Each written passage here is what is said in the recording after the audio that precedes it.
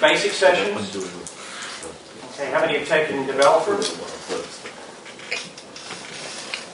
In advance? You're going to take one now, I guess.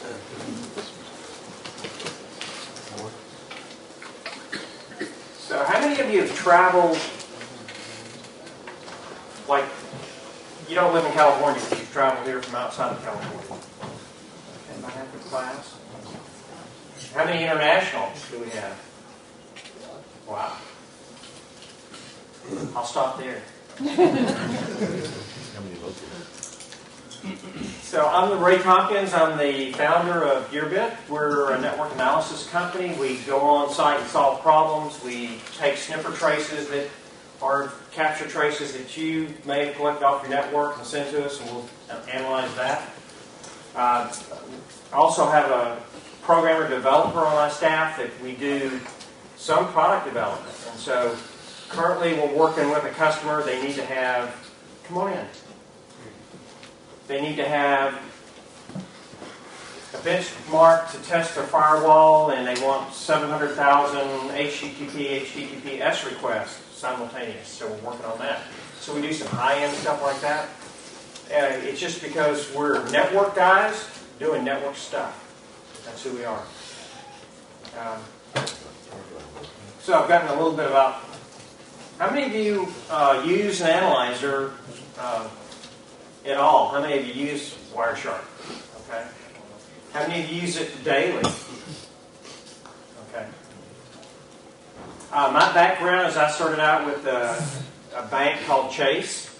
Spent about 17 years there, and then went off and did other things. Mike Hines was just in here, and he was talking about the industry, chemical and oil, and I remembered a story about I was out working in a refinery, and I always thought the pressure of the financial institution was pretty high because, if you took down the trading network, they weren't real happy with you. Sort of earned about 1/3 of the profit for the bank, or lost 1/3 of the profit for the bank, depending on which side of the fence they were on. But at the oil refinery, we took down the backbone, the core network, to do some upgrades. And it took us like 2 months to get ready to do that, and we sent out emails and went to all the meetings and announced it all. And at the time we decided to do this, we took it down, and all of a sudden this big old guy shows up. And if you've ever been in that industrial industry, they have a two-way radio strapped to their belt with the microphone up here. And he starts saying, "Who took down my network?" And, my boss is there, I'm there, and I'm going, "Did you not get the email? Did you not get it?" Well, he says, before I could get that out of my mouth, he says, "I've got an unstable hydrogen unit out there. We've been monitoring it, and I can't see it now." And so I'm thinking, critical. More critical than the trader network. It's sitting about 300 feet from me. Let's see if we can get it back up online for you. So anyway, my boss took over and said, "We'll get it back up." So turned around and got it back up so we could see it. And I guess he hadn't read his email. We're going to talk about latency today. We're going to talk a little bit about the theory behind it, some components of it, how you can measure it with the Wireshark, and how you can baseline your applications by using it. I've got some little small case studies that we'll go through. I'm teaching a class tomorrow on I/O graphs and charts. And that may sound kind of elementary, and they put it in the basic users group. I've got 3 case studies that I'm going to go through in that particular session. And we'll get down to a whole lot of detail in packet analysis in that session.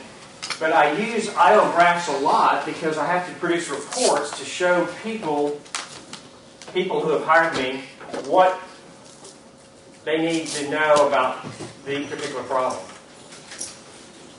So anyway, I use I/O graphs and charts to do that. I use it any way I can. If I can find retransmissions, or if I can show window size, or if I can show utilization, I'm using I/O graph to do that. I used to pull all that stuff into Excel and spend a lot of time making these pretty charts and graphs. If I can do it in I/O graphs, I'll do it because it saves time and effort. So tomorrow I'm going to be going over that particular session. So if you're interested in that kind of thing, That's what that's all about. Again, 3 case studies we'll go through. There's even ways in IO graph that if you have a spike here and you want to know where that is, you can click on it and it'll take you to the trace. So, interesting stuff. Anything they can do to help me do things faster and quicker, or not have to look so many packets, you know.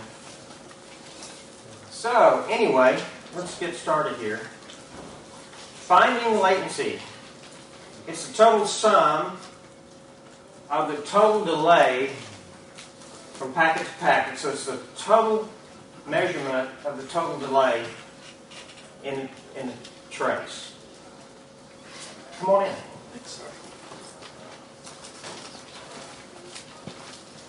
So we actually have, we can have a few packets with long delays in them, or we can have lots of packets with tiny little delays in them.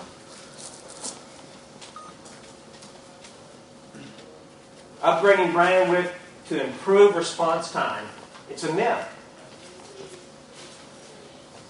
The truth is, in most cases, upgrading the bandwidth doesn't always correct the problem.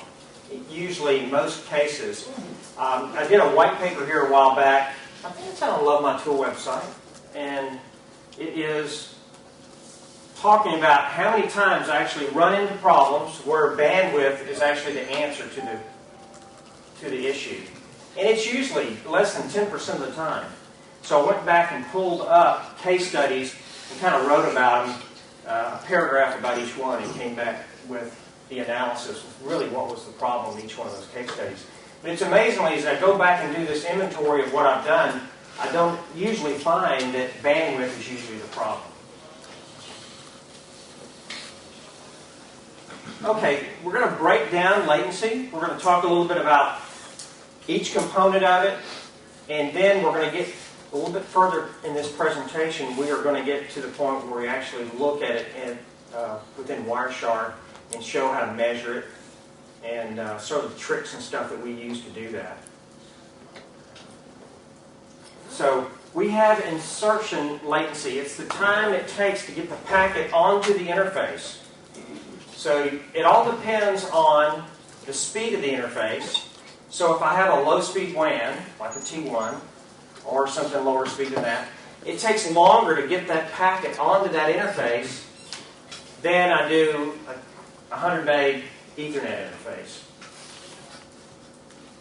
Distance latency is the latency it takes for the electronics to get that signal all the way to that end and back again. You hear it referred to as round-trip time, RTT, but we can measure that with the analyzer, and we're going to take a look at what the total round-trip time is. The further you are away from the server, the client is away from the server, the more latency you have, and it's something that you can't overcome unless you move the client closer to the server. And then queuing latency is when we actually have memory and latency inside of product switches, inside of a router, inside of a firewall. I recently was troubleshooting a problem, and the firewall was holding some packets as much as 800 milliseconds. Now, in my whole career, I've never ran across a network device actually holding something more than 20 or 30 or 200 milliseconds would be large for me. But 800 milliseconds, that's almost a second.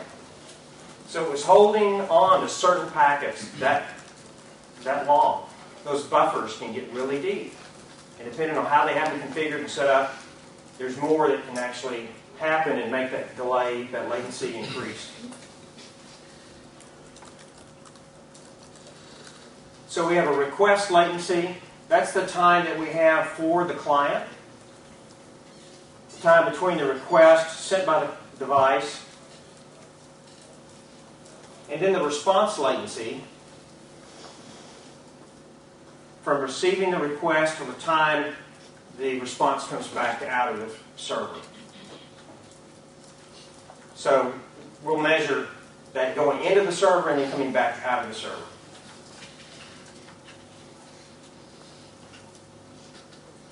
So the components all involved in that are, it could be the hard drives, it could be the memory, it could be, the CPU speed of those servers. In my career, I worked at Compaq, which is now HP, there in Houston, and I could tell in a sniffer trace whether it was high-end, real fast server or not. Some of the real high-end servers that they had, if I saw the trace file, I could look at the delta times between packets, and I could determine that. So it's interesting what you can get out of a trace. So, putting them all together. Client, network, and server is all the components involved in total latency.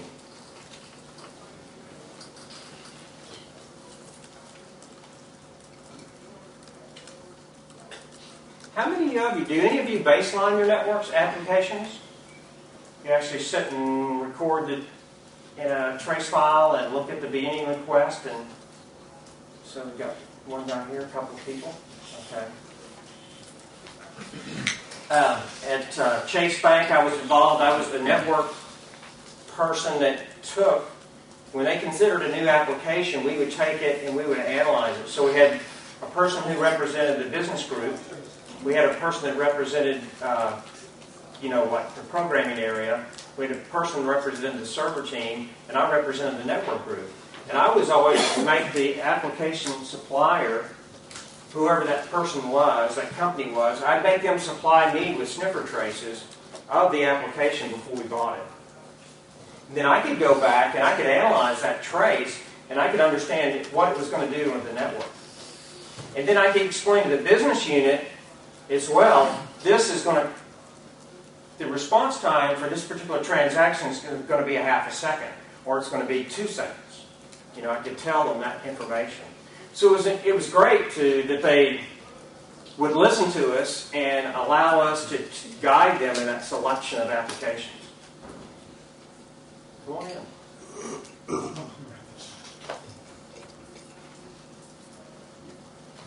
Okay, insertion latency. So we've got it can be calculated by the speed of by dividing the frame size by the speed of the link. So in this example, we've got a packet of 1,514 characters. That's usually what we'll see in Ethernet. Sometimes we'll look at it as 1518 because there's 4-byte CRC, but a lot of times you'll see it listed as 1514. And then we divide that, in this case it's a T1, so we're going to divide that by 182,000 bytes. That'd be like 1.544 bits. We've taken that and divided by 8, come up with 192. And then we divide that 1514 by the 192 bytes. So then the insertion time is 7.885 milliseconds. Just to get a packet onto the interface. We haven't gone anywhere with it yet. It's still just gone in the interface.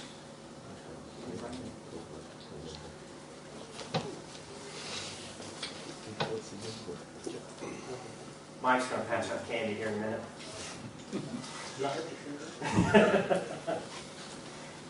You're supposed to. We can look at insertion delay. Not this particular number here, but this particular number here. We can see that it took 48 milliseconds for this packet to enter the wire. Okay? So we're looking at the interframe gap from one packet to the other, and that's how long it's going to be from packet to packet.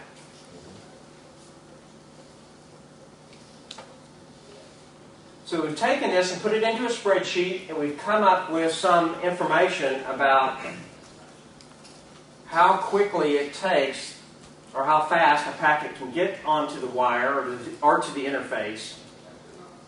So we have the link speeds over here, going up to 100 meg. And then we're taking this and we're showing a packet of 100 characters, 512, 1024, 1514. So if we know that previous slide showed us that Let me back up there. 48 milliseconds. If we go back up to our chart, we can determine that this interface, 1,514 characters, packet size, and then we have 47.313, 47 milliseconds, 0.313. We can determine that we've actually got, what does that work out to? It's down here, isn't it? 256K interface.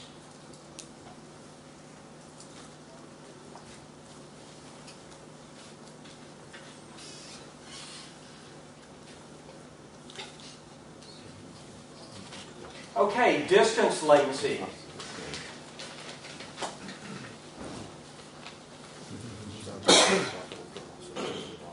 So this is something we can't change. It's just something that it takes light so long to travel from one place to the next, and it's just something that we have to realize is in the description of that we're going to get when we have a network. So if we have from city to city, and we're talking about 150 miles, that's one scenario. If we're talking about from one side of the United States to the other, or from here intercontinental across to another country, we're having to deal with the total time it takes to get the light over there and to get it back again. So it's just a measurement of latency. Kind of a reference here is 1 millisecond per 100 miles. Now, this will decrease as we increase the bandwidth, but it's really hard to overcome. And Mike here with Wire 20, these guys do a lot of long-haul, low-bandwidth analysis. Really long haul. Really long-haul. So what's some of the furthest distances you're going in some of the companies that you monitor their networks? 27,000 miles times 27,000 miles times 2. That's the distance up in the geosync. So you have 1 half for 2. Half a second. It's that 600 millisecond thing. It's timely. It's timely. And that's on a good day. Yeah. So these guys know how to tweak applications to get them to run over those kind of conditions. You know, we've had multiple discussions about it, and they're good at it. Okay, queuing latency. So it depends on the equipment, the router, the switches. Forward frames as they're received. It depends on congestion, on WANs, slow processing of the routers. And these devices can increase the queuing latency. And variations in queuing latency result in jitter. So that's not important to an application. It's like a TCP application. It doesn't really matter that we get a little distance in between packets. But it's horrible on conditions like voice, right? Or things that have high latency. Anybody here have others that jitter affects applications other than voice? Video games. Video games? Citrix. Citrix, yes. Tomorrow I'm going, one of the case studies is a Citrix example.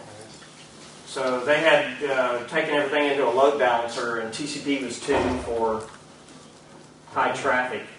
And everything was brand new data center, brand new servers, brand new application. Default settings. Yes. And the load balancer SE was convinced he had it correct.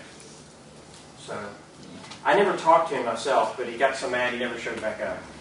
So, but we ended up talking to their engineering department, and they said, "Oh yeah, you need to follow these rules."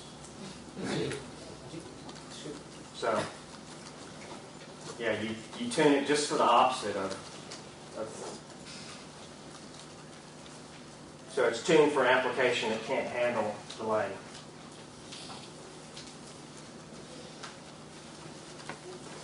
Request latency is the time measured from the request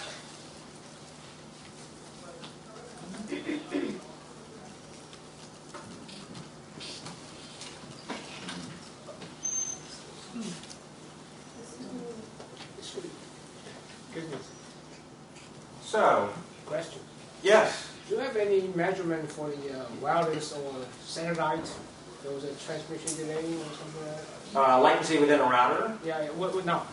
Wireless on the cell phone or some, some towers, some kind of radio frequency. Yeah. No, I don't.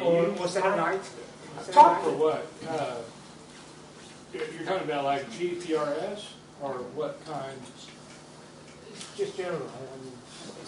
Well, I mean, I've done measurement on GPRS edge, and it looks like bad satellite most days. It's really high latency. But the reason is it has to do with the GPRS/edge protocol. Those guys don't want to drop packets, but they build these tremendous queues up. I mean, really seconds and tens of seconds, but they want to drop your packet. But the latency is horrid on those networks. Typically, the measurements I've done. And it can vary a lot. And it can vary all over the place. It does. There's some really good papers. If you look at Cambridge University, there's some really, really good papers. They looked at cellular data performance on several generations of that. But look at the Cambridge University computing site. There's a really good paper. So in here we have request latency examples. So we have an actual packet here of the data request, and then we're seeing the response. Is that clear for you guys? It's a little blurry, but it's a little blurry. It's all right. I'd rather the font be bigger, because we're going to get into a trace file here in a minute, and it's a little bit easier to read if it's bigger. So we have 535 milliseconds here. Let me explain a little bit here, unless you're used to looking at all these values here. 533 milliseconds. This is a second at this point. A tenth of a second. That's the packet number over here, right? Yeah. So we've got tenth, hundreds, thousands. Microsecond. Yeah.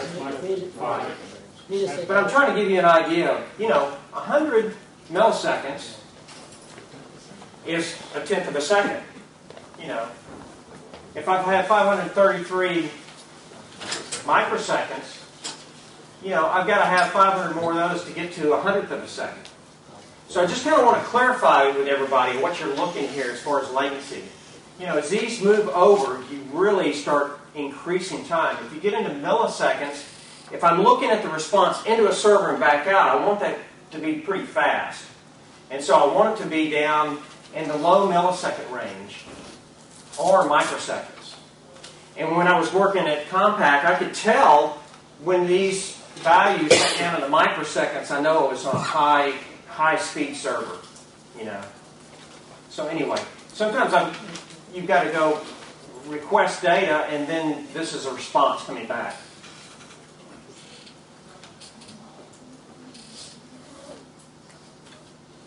Okay, so we know here 535 milliseconds, this is 319 milliseconds, 475 milliseconds.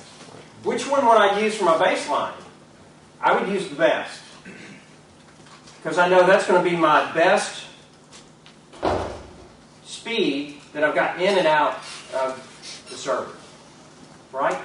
So that's going to be my, if I can improve on that, it's going to be very little. So I can look through a trace file pretty quick and I can see how fast the server is responding.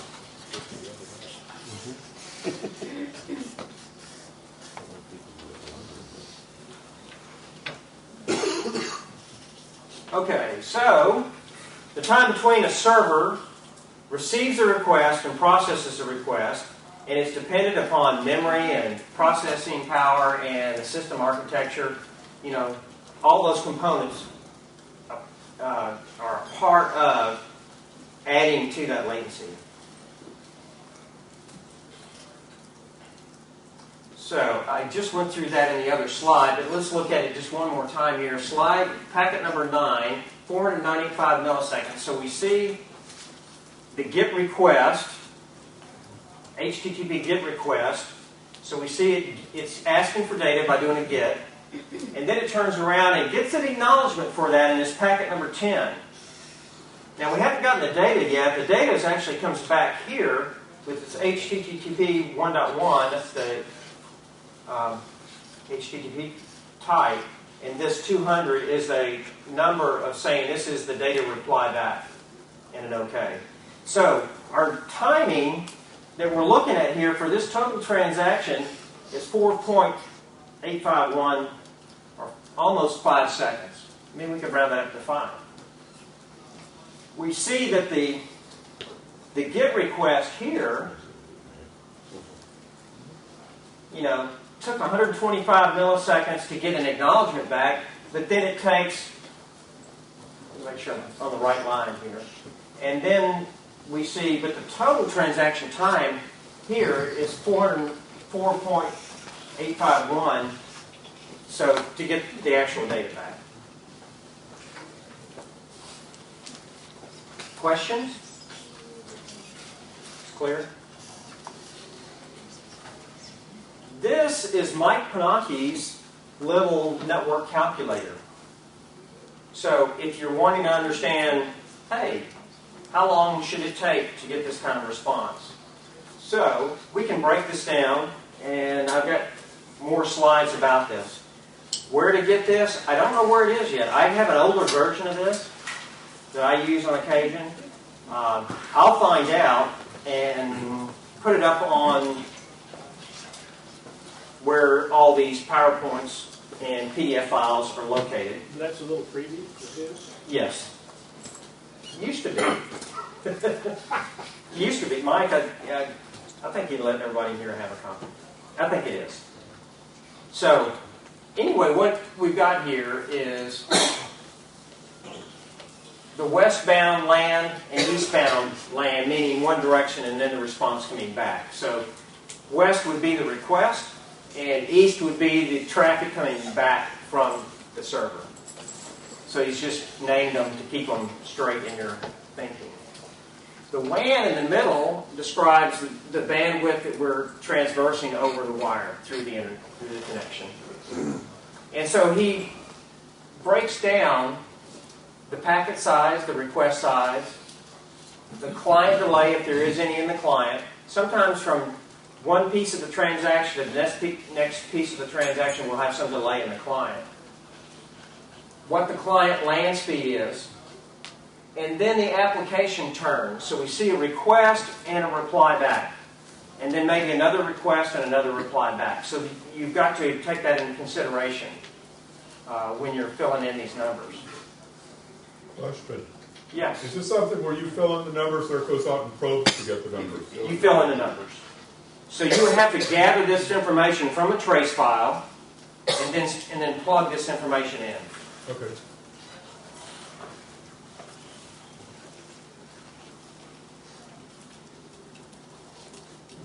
So we have a packet size. 1460 is the payload of the packet. So if the packet has got an Ethernet packet has got fully loaded with data, it'll be 1460 characters. You have about 60-byte overhead, which brings it up to 1512, yeah. So about that, round number. So this calculates the file size and the application block size, okay?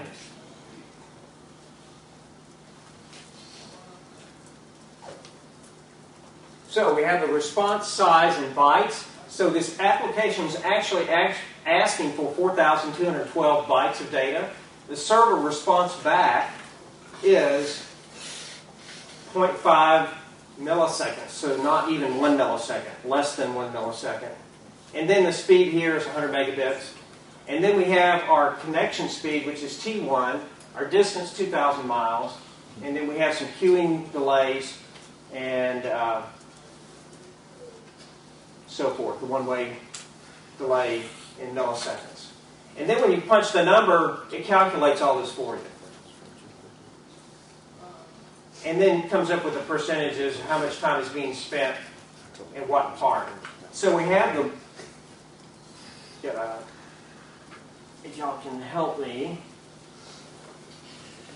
that's my Texas coming out, the y'all. So which one is that?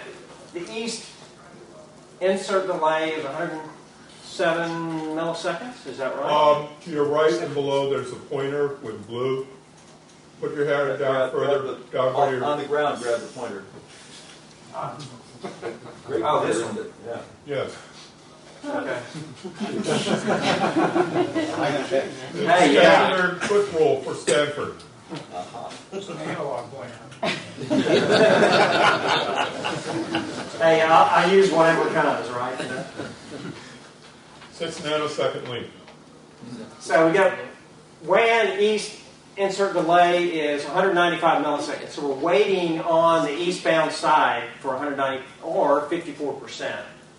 And the west is, You're off by You're off the road. am I? Okay, yeah, 107 seconds East for, insertion. yeah. It's these new glasses, guys, I'm telling you. Big flow. So the big one's the distance delay. Yeah. So almost 60 seconds. Let me see. I have several slides that break this down, and we get into a little bit more detail there. So we're transferring 20 megabytes file size east to west. Request size is 4,096 bytes, 50 milliseconds round trip, 0.5 milliseconds to response. Okay, and 100 megabits LAN circuits on each side. And this. So here the application is we're sending 4,882 requests and getting 4,882. That works well, you know? Certain things work well. And we're reading 20 millisecond, 20 meg files, 496 bytes at a time.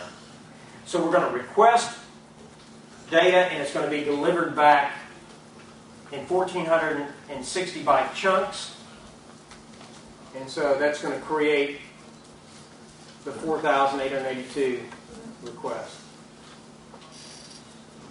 Anyway, so all that is happening in the trace file.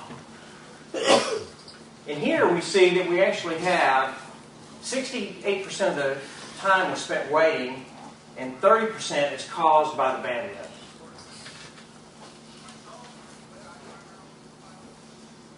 Also, the total delay in this that's the total transaction of the total The whole time spent to. Oh, okay, Right. I'm finally on the page. No, that's good.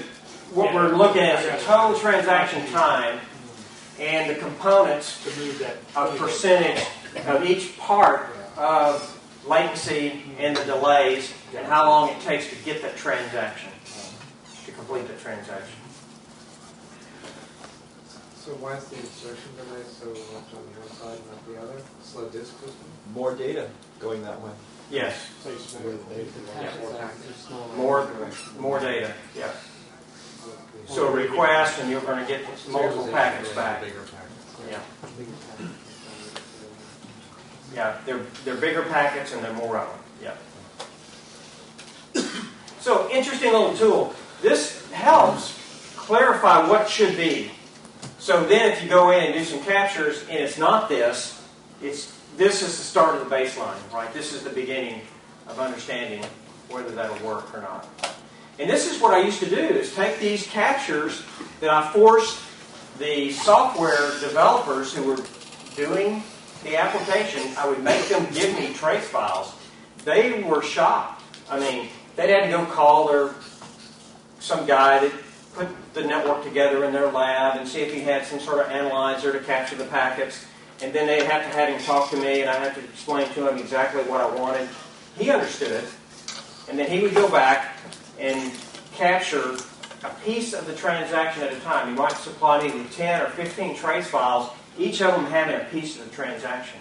Then I could go and apply all this to it and come up with a total response time, how much bandwidth it was going to take, and how much the total delay was. And we had applications that they weren't network friendly. Sometimes we would tell the business unit that, hey, you're going to spend money on this thing, and when you do, this is the response you're going to get. Well, we can't have that. Well, if you get approval to go out and increase the bandwidth to X, we can improve it by this number. And, it just gave them the complete understanding of what they were dealing with. And we had some applications that they had to turn around and tell say no to because they just did not run well on the network. Okay, so let's talk just a little. Let me give you some tips on how to look through the trace file and pick out some of this information.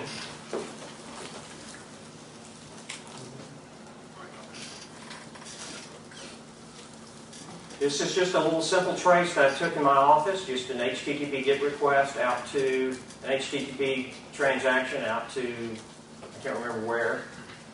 A lot of, that's the thing about an analog pointer, is it won't go that high, will it?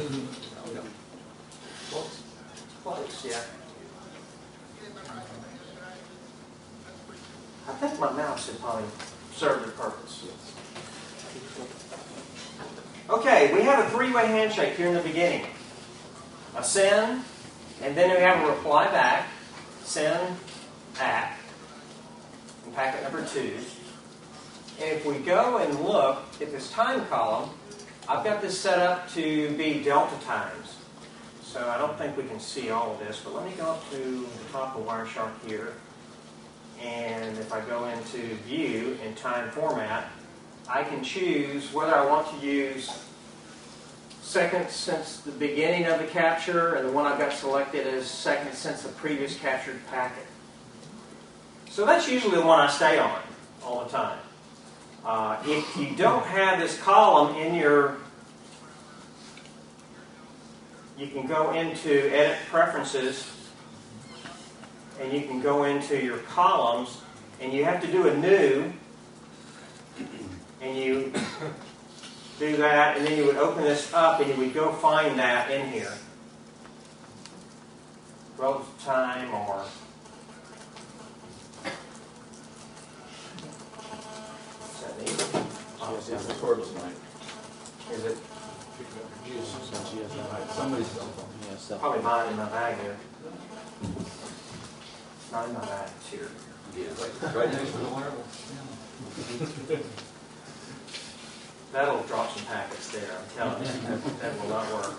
So anyway, this is sort of what I use pretty commonly when I'm analyzing packets. Is I'm going to look at length, I'm going to look at cumulative bytes, I'm going to look at protocol, source, destination, port. I'm going to have the time column up here, source and destination, and then information.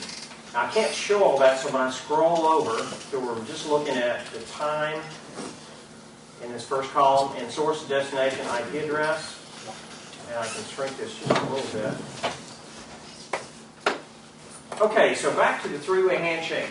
I know right here, this was taken at the client, so if I look at my delta time, I know my round trip time to and from this particular server. I could go into the packet detail, into the IP header, and I could find the time to live, and I could find out how many routers this packet's gone through to get back to me. So just some little tricks that we use to figure out where things are and what you're looking at. So it took 49 milliseconds for this send ACK. So I know, whiteboard here. So I know it took, I got all the way over there with the send request, and I got the response back with the send ACK. Now, if I was set up closer or very close to the server, and I wanted this delta time, I could look at the opposite, being packet 2 and packet 3, and I could see the acknowledgement coming back from my client back to the server for its packet number 2, which is the send request. And I pretty well know that that's my delta time or my round trip time to get there and back again. But these are real accurate numbers.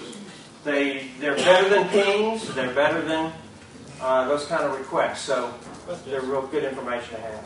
Yes? You showed your time display as showing time since previous captured packet, but you have display filter on. Yeah, not So you could be, what if like an ARP packet or some background noise floated in there in the middle. Yeah, if I've got it set up the way it's wrong, so let me go in here and change Just that. off by one. There's no other. Display. That's Yeah, there's no other packets in this trace. I know that, but that's a good. No, it's a good point, and you need to make sure you have your settings set up right, or you'll get fooled, right, and you'll be the one that suffers from it. So, thank you for pointing that out. It's good information. So, Could you explain that a little bit more? yes. Like how you, because I'm not too familiar with the display filter. Capture filter. That's display versus display. Versus display.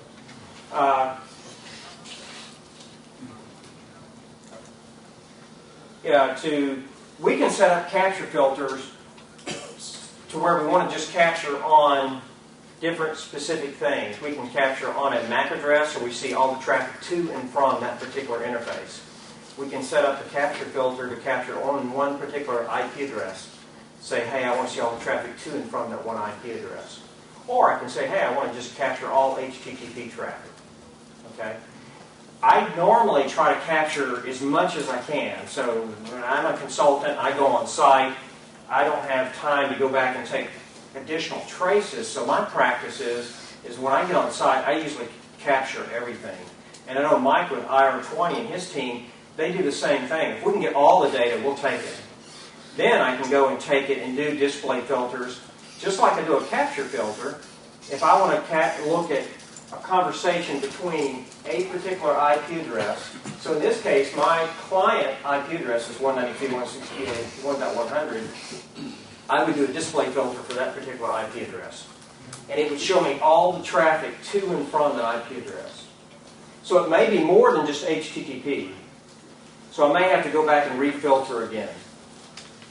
But anyway, I want to get back down to one conversation. I can even go down to the point, port 80 is HTTP, but this particular HTTP unique port number is 1812, and I could put a filter on it, and then I'm filtering just one conversation. And that's the display. Yes. Now, in a transaction, talking about just overall, in an actual transaction, how much time do we have here? Another 20 minutes? 45. Okay. A whole transaction may have multiple TCP connections, so I would probably just want to filter on the IP address or the MAC address of that interface if I can. And that can be a display or capture filters. They both work the same. So the difference is between which package you ignore and you leave on the network and you don't put in the memory of your computer, Right. and which of the subset of the ones in memory are you in the window versus which you're hiding, because they're not interesting to you now, but they're in your memory so you can change which ones you're hiding later. Yeah. If you capture filters for Wireshark are sort of scarce, and I found them all over the place, and you can Google for them and find them in different places on the internet. And so over the years, I've collected them, and I've put them up on my website, and you can actually go into capture. I wasn't planning on talking about this, but capture filters. And I've organized them by the way I like to see them, like ARPs and MAC filters, and if I scroll on down, I've got IP filters and broadcast filters and so forth, right? So, I've just tried to organize them because it works better for me. And if I find a new one, I try to put it in there. And it's out there on my website. You can go out there and pick it up. You replace your capture filter file with this file. You can go in and edit and add to this or delete from it, either one. But just a quick tool thing that I found was helpful, so I just share it with everybody out there. So I think it's under Tech Notes, and you just go out there and pull it down. Okay, so we've got HTTP GET request, and then we've got the response back with the acknowledgement of 129 milliseconds, and then we've actually got data coming back. Another way to know that I've got data in this packet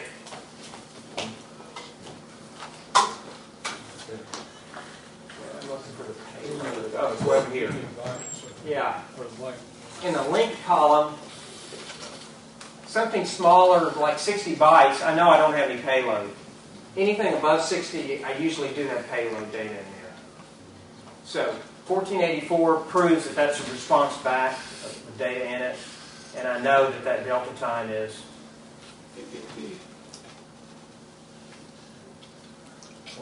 Yeah.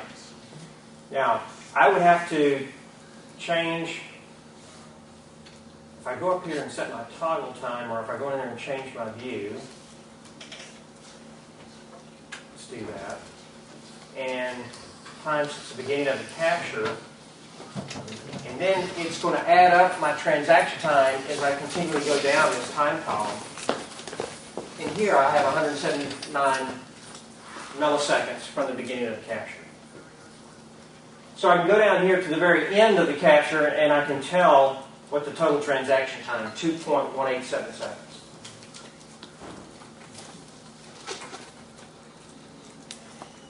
Let me go back to delta time. So there's PowerPoints on this information out there on the website if you hadn't pulled that PDF down yet. I didn't see this one listed. Just went up just about 30 minutes ago. Sorry about that. Okay, following TCP Stream, we'll go over to the sniffer. Wireshark can actually do this. It'll allow us to look at the transaction. It automatically filters out the transaction for you if you don't have it previously filtered. So I can go in here at any point. I find this particular transaction that I'm interested in, and I can right-click, and I can do a follow the TCP stream, and immediately it's taking me out and showing me a kind of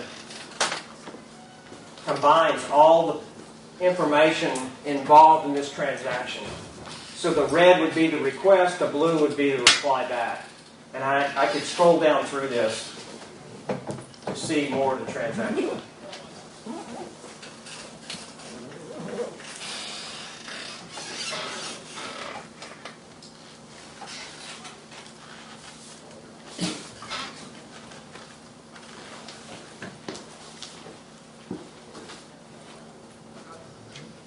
Okay, documenting the trace. Let's talk a little bit about that. It's good to, a lot of times to sit down with the end user.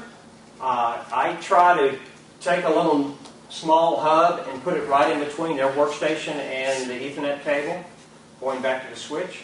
I plug my analyzer in, I sit down right beside them, and I make them go through the transaction of what they actually do. They're usually really fast. You know, if you have a clerk that is just doing that all day long, or a person that does it all day long, they do it so quickly, you've got to stop them and say, hey, wait a minute, do it one step at a time. And so, yes? Any particular reason to use a tap if you could just put Wireshark on the machine? Any way I can get the data, I'll take it. Okay, so either way is acceptable? Yes. I've taken down SQL servers trying to do captures on them. You have to be very careful what box you run through. Okay, but I think he was talking about putting it, measuring at a user machine, not At a client, right? Yeah. But you know, if I can take a capture from a firewall or a router that has TCP trace, I'll get it from there. If I can get it from a server, you know, I usually let the people who administer that. But it's a good point. I mean, you can take down your network if you're not careful, you know, doing some of these things. So, you know, you want to make sure that they've done it before, or that they know the end results of what's going to happen, or you're going to have to do it in an off-hour situation first to test it and make sure that that particularly works correctly.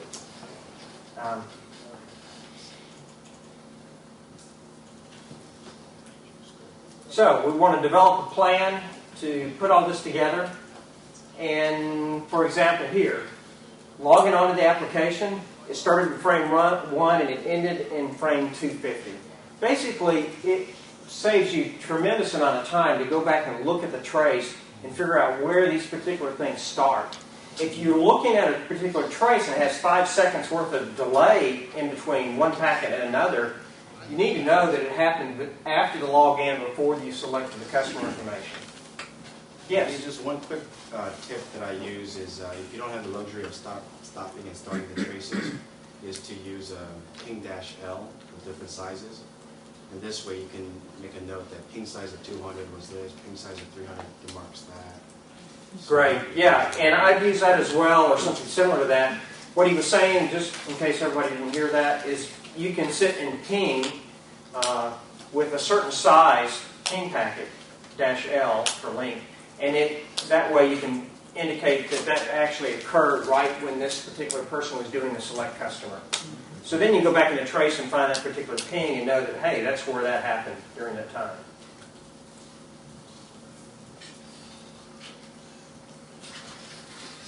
So we want to save the trace file. We want to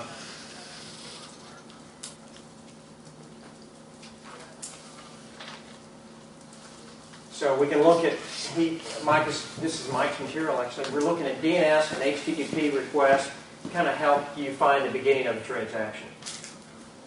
Okay, so I've talked a little bit about where we've taken measurements. I can take measurements over here with the capture trace. I'm going to get the whole round trip delay. If I turn around and capture it over here, then I would know the speed going in the server and back out of the server. So I could do either or I could deduct that information by doing the math on it over on this side, looking at the three-way handshake and my total latency across the network and back. Then I see an HTTP GET request, and I see an acknowledgement come back. I know that I went all the way up into the server to the application layer, got a response, and got an acknowledgement back. So I can subtract that delta time from the that total time and subtract the round trip time and come up with actually how quick or how fast it got a response back from the server. Yes? So in practice, I'm assuming you'd rather have more data than less? Yes. So you take on both sides if you have the chance? I usually trust what I get from over here. I may have to do that same process with that person several times. And I usually stop the trace file and have them wait a second, and I'll go back and look at the trace file pretty quick, spend about 20 or 30 seconds looking through it and make sure I got the data. And save it off as, HR application log on. HR application requesting employee information. So I name each file by that particular response or transaction that they're doing. So we're going to get that. So we can deduct some of this information from one end, or we can set it up in multiple places.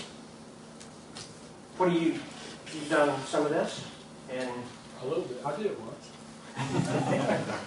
Now, do you have preferences?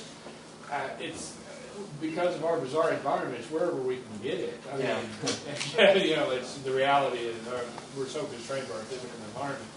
We take what we can get. Now, in the extreme case, one of the issues is you're many times separated by a router. That's going to mask layer 2 issues. So another consideration is if you let's say you're at the client and you can't fully resolve in your mind what's going on, there's a point that you got to think about, which is layer 2 issues beyond the route. Sure. And so we've seen traces that we couldn't fully tell, and then you get into the hassle of getting a probe into the other side somehow to try to get on the other side of the route. So if you missed Mike's presentation just before this one, he was talking about a complete ship that they completely installed all the data communication and server data center. So it was a remote data center that roams around oceans. That's right. Yeah. So anyway, he gets called in on various things like that, taking traces out in the middle of the desert. That's right. Yeah. So very remote places. So yes, sir. One of the things that Hansing mentioned in his presentation is if you get a trace and everything's fine and then there's this long delay, and the delay is between sending something out and getting something back, you're going to have to look at the other end to see what was happening. Yeah, to see if you actually got that's for sure. If it looks like you've got all the information you need, fine. If there are big blank periods in the trace, then maybe you need to look at the other end. We still got 20 minutes? You got it. 35 minutes. As long as I want to. Right. You're looking to go to dinner. Okay, here's a PowerPoint. We don't need to go through this again, but some samples in the PowerPoint that will give you how to look for that particular delta time in the send and act. Yeah. Okay. Something I don't think that I talked about in here is if this bandwidth, this WAN connection, is a T1, for example, 1.544 megabits, that is going to be my theoretical maximum speed that I can get out of this total connection. I may have a gig connection from my PC to my router. I may have gig connections over here to my server. But if I have got this in, and going back to Mike's little tool, it has WAN in there. That's what you would put in there, and that's what it's going to calculate it from. So, if I want to find out if there's latency, what the latency is in this router, I can put a capture before the router and after the router, capture simultaneously, go in and find the beginning packets, and start looking at the delta times in both traces. I'll put them on my PC side by side, and then I'll begin to look at each delta time. If I see in this trace, I see that delta time increase, I know that was my latency within this router. Now this is getting really down into details. I don't remember doing this, but several times, not too many times in my career. But if you ever get to a spot where you have to, you might want to find where, by doing this, you'll find the latency in any particular device. You can do it on either side of the switch, on each side of the router, and so forth. Okay. By using smoke ping, we can ping over long periods of time, and then we can turn around and find the latency by looking at a time graph. Okay. Then we don't know what's caused all of this. So then we've got to investigate really what's caused this problem. And that you've got to turn around and collect data from the network at the same time that you're doing this. You've got to pull routers and switches and pull up utilization and protocols and some of those things to determine what the traffic models are that's happening on the network. So, let me see, I had some examples of that. I think it's further down. Cacti is a tool that we can do that with. We can poll the particular routers and switches and come up with those values and come up with that information.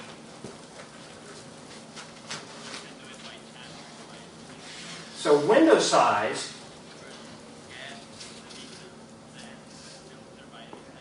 it's an important value that we always see.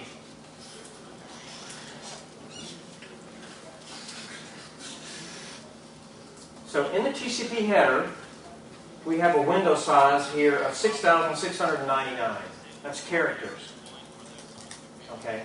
So this is this packet right here.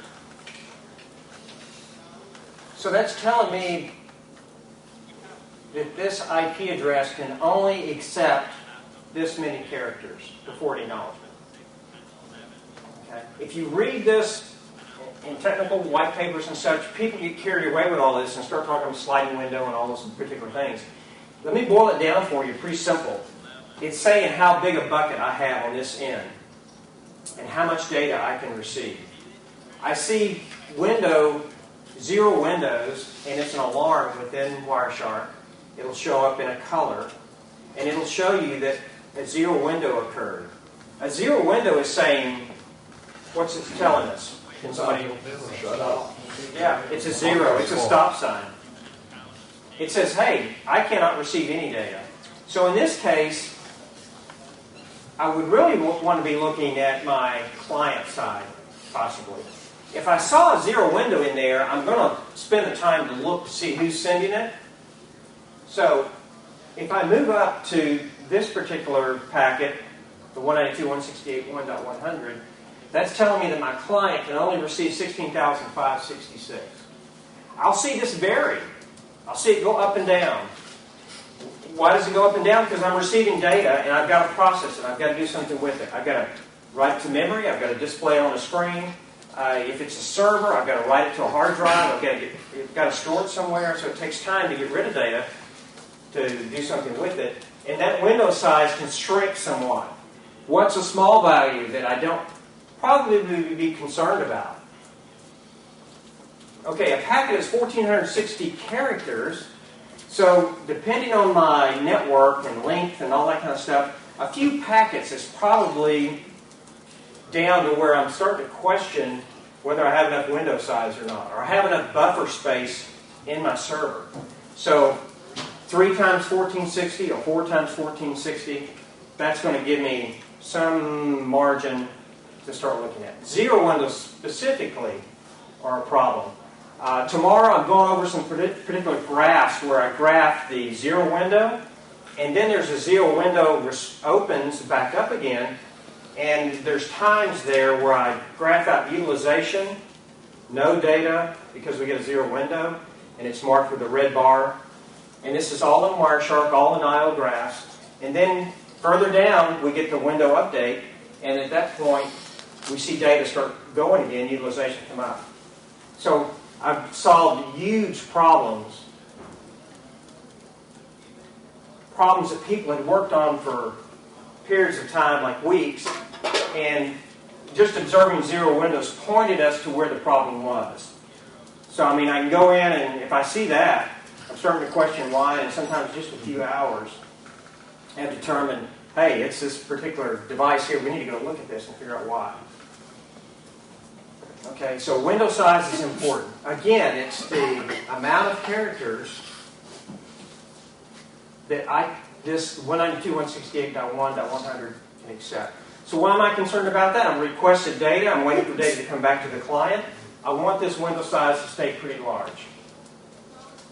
Up above 8K. Up above 5,000. Somewhere in that neighborhood, right? So you can graph. We used to graph this out in Excel. You could see the window size would go up and come back down, and go up and come back down. And so you get the idea that the application was really causing some issues there. And some tweaking and tuning of TCP receive buffers can solve those problems. I've got a quick question. Yes, sir. How does the window size interact with, I think it's a Nagel algorithm where you have to get an ACK every 3,000 bytes? Well, Nagel algorithm says, I'm going to wait on this packet before I acknowledge this packet. I'm going to wait to see if I see another packet. So he's saving acknowledgement packets going back out.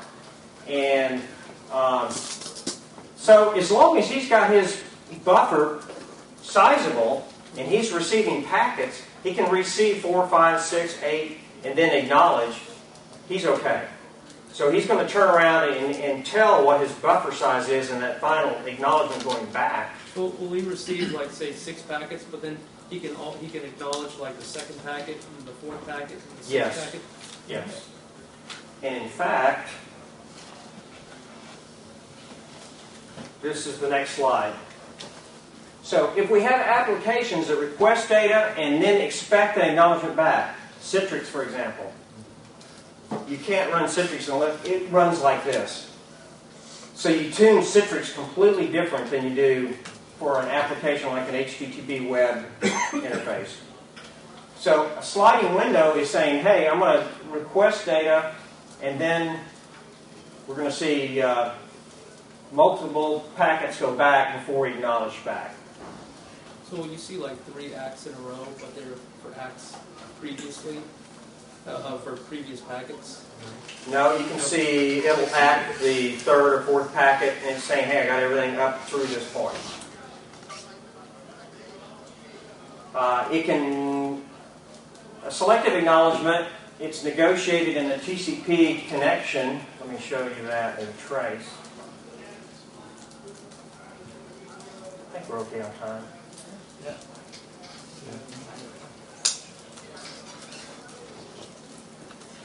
So here, in the original send request going across, he's negotiating TCP options to TCP within the server, in this case. So the TCP client is saying, hey, I want to be able to run maximum segment of 1460, which is saying, hey, I want to load my packet up with 1460 characters. These don't really matter. Selective permitted. I want to do a selective acknowledgement, which is a left edge and right edge of data. So he hasn't gotten his answer on that. He gets his answer back in the next packet. So you'll have a server reply back and say,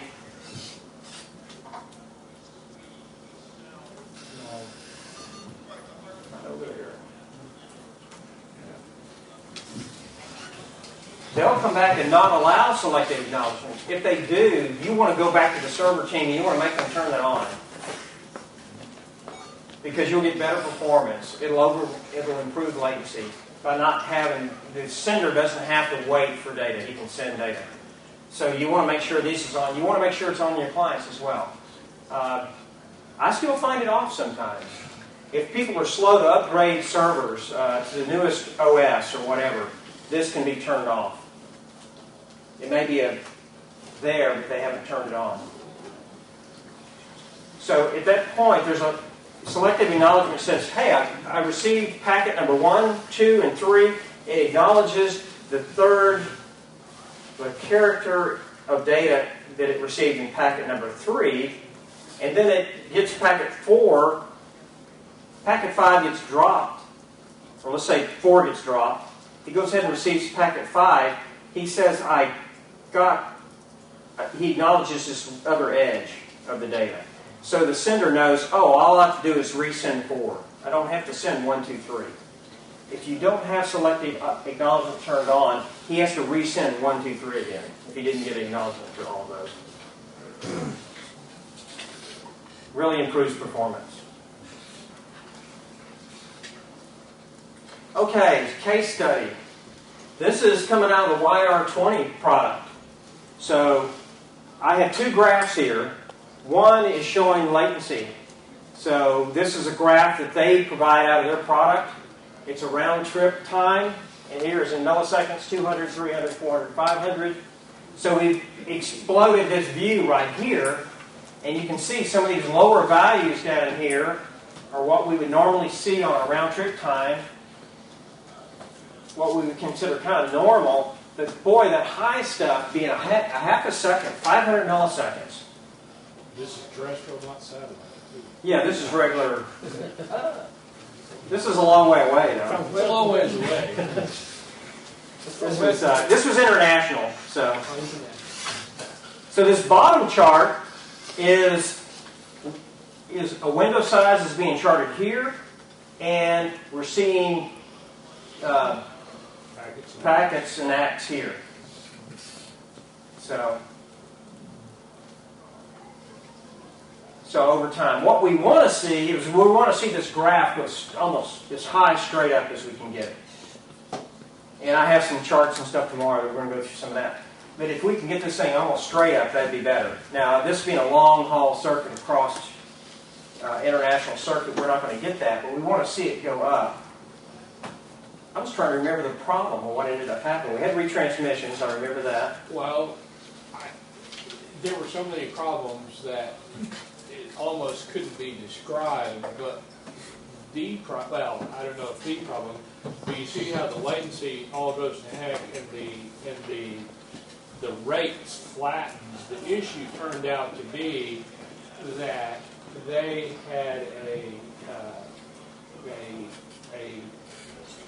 some sort of an update service that was updating servers and antivirus from the central location to the branch office that was running in the middle of the day, and it was asymmetrically saturating the link. So outbound from the central office suddenly hit the rail, and that just absolutely killed the throughput of the client coming this way, obviously. You have that problem all the time on DSL links? Well, this is a T1 AT&T circuit, symmetrical. If you have peer-to-peer, if you're but essentially it was an app that was doing this asymmetrically.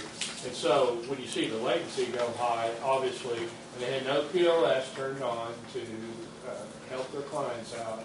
So when this guy kicked off, you take all the bandwidth, and then the interaction here, that was I'm looking at the port. I think that's a Citrix session, so you can imagine the wonderful user experience. What's the CPU time? CPU massive usage at that time? So, sir? CPU usage? No, perfect. Zero. No CPU usage. This is all completely a network issue. This line here represents throughput. Yeah. This black line here. It's actually green. So we also could go and track, this information coming out of their probe is giving you statistics of really what's running on the network. It's got all the different ports that were in that capture. So by capturing all the trace file and then running this over it, you get this display. We picked out some of the highest utilized, Citrix being one and HTTP being another, and Microsoft server message block, which is file copies and such. So anyway, we see these are the big users here, and these higher colors for these other things in here too. If we wanted to go in and find out exactly what these were, and we did, but you could go in and find that. You've captured it in the trace file. Okay, lost packets, causing latency, retransmissions. Wireshark defines these with multiple alarms. Fast previous segment lost, fast retransmissions, out of order segments. They also start happening when you have one retransmission. I have found that usually I get 4 or 5 alarms for one packet lost. So it just kind of depends on how TCP is set up. But I'm really concerned about retransmissions. I don't even see that alarm on here. This is in, everybody uses this, analysis. And you can look at expert info or expert info composite. And the expert info composite, sometimes alarms are in some of these other tabs, like warnings or notes. They don't always put them under notes. Here we have a retransmission one in this particular trace file. It also created a duplicate act, okay, which we would expect that. But anyway, sometimes you'll see other errors over here in some of these other tabs. So if you don't see them under the errors, don't assume you don't have errors. They could be in some of the other tabs.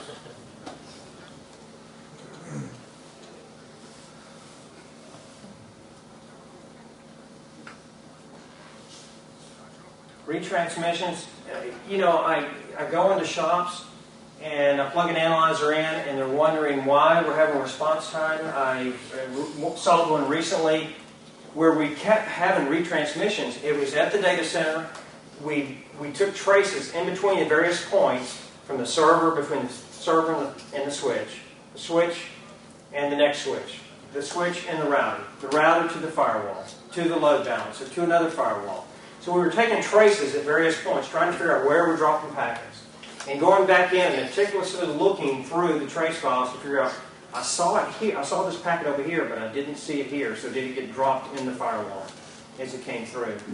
So we traced it all the way back out to where it finally came out to the wide area network connection out beyond that. So MPLS network going out to 500 locations across the United States.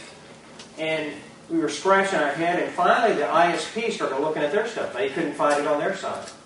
But lo and behold, the ISP finally found a switch.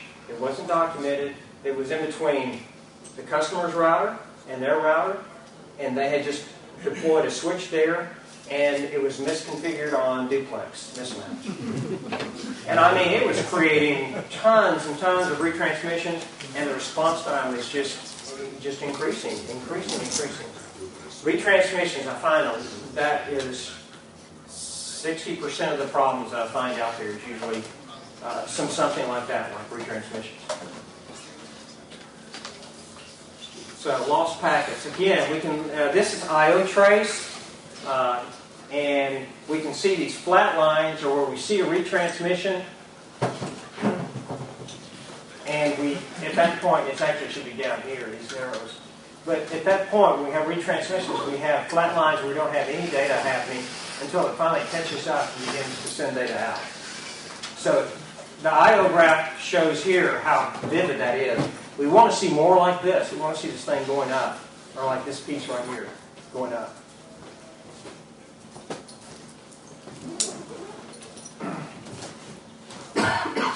These are both retransmissions. So I've got a fast retransmission, a duplicate act graphed out. And as you can see, them stair step up and then again and again. So just the red line indicates how many we're seeing at particular points in the trace. I use I/O graphs a lot. I've tried hard to apply it because I can take this and cut and paste it and put it into a report. And it makes sense to people. So I also use NTOP to where I can look at the trace file and I can look at the data and I can come up with statistical stuff like this that will tell me how much IP traffic I have compared to UDP. How much TCP to UDP traffic that I have. And then it even breaks down it by particular hour. So will NTOP do capture files? Yes. You can run it just looking at the interface, or you can run a capture file back through NTOP. So it breaks down percentages of, I can't read that. But anyway, just it'll slice the data and show you about every possible combination. Here it's on a particular device. And it's breaking that down by how much data it saw and breaks it down by different protocols for each one of those. Is that just port number based as far as you know? Yes. Mismatch well-known ports to... Yes. And instead of number, it just puts... The name of that instead of the port number. But it's nothing more than that. Right, yeah. So it'll graph it out, show you a graph and all like that. So, I mean, we can get this information from polling devices if we want to with PRTG. You know, if I can use that, I will. If I can get to the data somehow, I will do that. But, you know, if I can get it from a trace file, I don't have to go and ask permission I don't need their community strings. I don't need permission to start polling their router. I don't cause problems with their equipment in the network. So it just is another way. Okay, any questions at all about latency? I drug this out for, it's been a long time since I started. Anyway, we baseline the network. We look at the transaction response time. Then once I've got capture files, I save those. And then I can go back and look at those when they're saying, hey, it's slow. I can turn around and take that capture file, compare it to the new capture file of it being slow, and I can understand exactly where the problem is occurring. Is it a problem in the server, just responding slowly? Has it gotten too busy? I can look in the capture file and find that out. I can go, is it the application? Is the data being given back too slowly? I can find that out by going and comparing the good baseline trace file to the problem trace file and come up with that information. It helps. It helps. Great. Thank you, guys. Appreciate you.